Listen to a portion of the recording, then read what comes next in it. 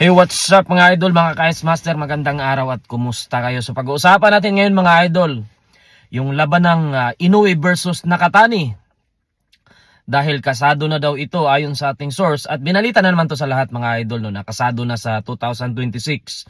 Pero ayon sa nakuha nating sa source natin na maglalaban daw si Inoue at saka si Nakatani ngayong May 5 o kumbaga 5 de Mayo, di natin alam kung tuloy ba talaga yan. Basta yun ang sinabi sa atin na maglalaban sa Mayo 2026 na. So ilang buwan na lang, mga 4 months. So sakto, tingin ko sakto lang yan kasi December lumaban si Inoue, sinabi naman niya magpapahinga siya. So siguro ngayong taon na to hindi siya makakaapat na laban, baka makatatlo lang siya o makadalawa. Pero ganun pa man, okay pa rin yan kasi nasa mataas na talaga si Naoya Inoue. So ang tanong dito mga idol, dito na kaya mapuputol yung pagiging monster ni Inoue mga idol, pagiging undefeated niya, walang talo. Kasi kung ang makakalaban niya ay wala ding talo at mahaba na si Nakatani. Pero kung pagbabasihan natin yung last fight ni Nakatani mga idol, medyo ano siya doon, napalaban siya doon. Pero magkaibang style naman niya yun eh. Magkaibang style naman yan. Kasi yung laban na yun, tingin ko ang pinakita ni Nakatani doon, pride talaga kasi hindi naman to kilalang boksingero, makipagsabayan ako. Kaya yun ang ginawa niya. Pero pagdating kay Inoue, ibang game plan gagamitin nila dyan. Kasi hindi mo pwedeng pagkumpara. Sabihin na, talo na yan si Nakatani kasi nung nakaraang laban, nabugbog din siya doon sa Meksikano. Pero magkaibang ano kasi yan, idol eh. Magkaibang laban kasi yan eh. So, ang pinaghahandaan ni Nakatani nun, kumbaga, hindi niya akalain na ganun pala lumaban yung Meksikano na yon. Kaya, inisip niya talaga makipagsabayan siya doon. Siguro pagdating kay Inoue, ibang game plan gagamitin nila. Tingin ko susubukan ni Nakatani dyan i-outback si Inoue o kaya labanan niya ng distance. Kapag may masilip siyang knockout, doon niya ina-knockout. Kaya magandang laban yan mga idol at dyan natin makikita kung sino ba talaga ang tunay na halimaw sa Japan. Sa ngayon si Inoue pero di natin alam pagkatapos ng laban. Malay mo masisilat na si Inoue dyan. So kabilang banda naman mga idol, itong kababayan nating boksingero na walang talo na may record na 27 wins at 20 knockout na si James Martin ay gustong labanan daw si Naoya Inoue at gustong talunin.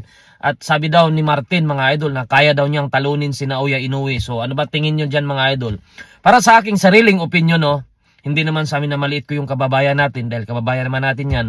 Pero sa nakikita ko mga idol, kapag itapat sa ni Naoya Inoue ngayon, 100% talaga. Di ko siya bibigyan ng chance kahit 1% na manalo. Bakit mga idol? Gaya ng sinabi ko, umabot si Martin sa ganyang posisyon, naka-rank 2 ngayon siya. Pero hindi pa siya nakalaban ng mga naka-rank.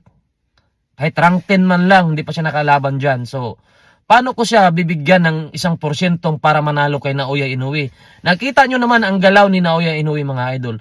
Siguro, kukunin lang ni Martin yung laban na yan para sa pera, experience. Pero yung sinabing mananalo, kalukuhan kasi si Martin mga idol. Mataas ngayong knockout ratio niya kung titingnan natin. Pero, wala naman siya talagang one punch knockout mga idol. Nakukuha lang niya yung knockout niya kasi mabilis siya. Napoprostrate niya yung kalaban. Yun. Pero yung sinasabi na isang suntok, bagsak, wala pa ako nakikita kay Martin dyan mga idol. At tagandaan natin, ibang halimaw na si Naoya Inoue mga idol. So kailangan talaga kapag makalaban ni Naoya Inoue, yung may one punch knockout, di ba? Kasi kung dadaanin mo sa score, hindi mo naman tatalo si Inoue. Kita nyo naman kung gano'ng kabilis. Dapat talaga matibay yung katawan, may isang suntok na pwedeng magpatulog. Kasi ang boxing kasi mga idol, kahit tinambakan mo na ng score yan, kapag tinamaan yan ng isang suntok, pwede pa rin matalo yan. So sana nakikita ko mga idol, pagdating kay Martin, siguro lumaban mo na siya ng mga ranking dyan, former world champion na talagang active. Labanan niya si Ahmad Ali o kaya si Picasso. Kapag matalo niya yon, tingin ko pwede na siyang humarap kay Naoya Inoue. Pero sa ngayon talaga, ngayon, diretso ganun kay Naoya Inoue. Ganyan sinabi ko, 100% mananalo si Naoya Inoue.